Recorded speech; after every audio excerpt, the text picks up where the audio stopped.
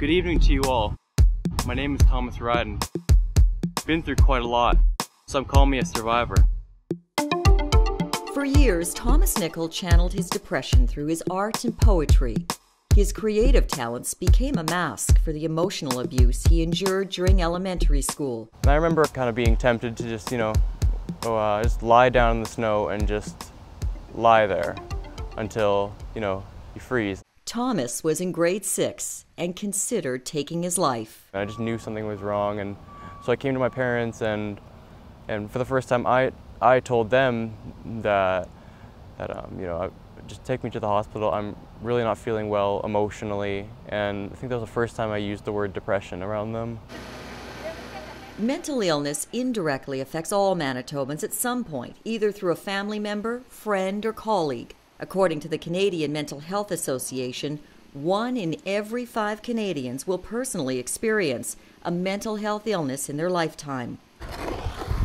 The issue is also urgent for youth, where the total number of 12 to 19-year-olds at risk for developing depression is a staggering 3.2 million. It is so important to start talking about mental health and mental illness because it can help decrease the stigmatization that is formed around it, where people feel isolated and alone and don't know where to go to get help. Thomas was fortunate.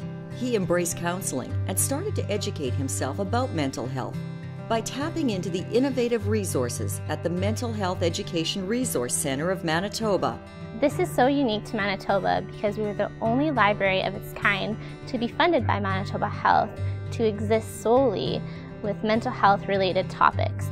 Thomas's family immediately noticed the positive impact of the Resource Centre. I think a lot of parents were not aware of what our kids are all going through, and the more we can educate ourselves and the more we can become a part of what they're going through and kind of journey along with them is the key. The Centre is a free provincial resource operated by the Manitoba Schizophrenia Society.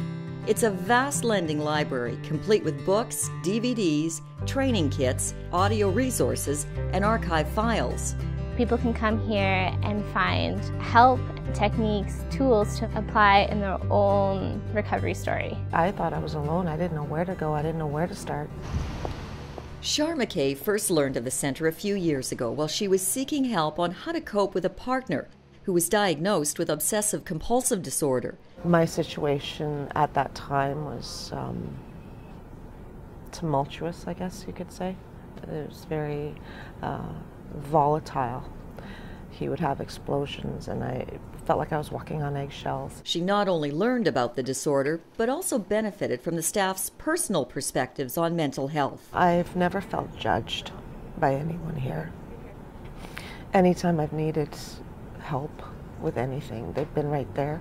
Having lived experience with mental health, you can then relate better for the people that are walking through these doors, so you can have more empathy for them. Get the help from an individual that has experienced it because they have a better understanding and they're more sensitive to your situation. We provide a safe place for people to come, find information for themselves. We also have our new mobile app. It's our online catalog where you can search all the items we have online. You can place it on hold, come down later and pick it up.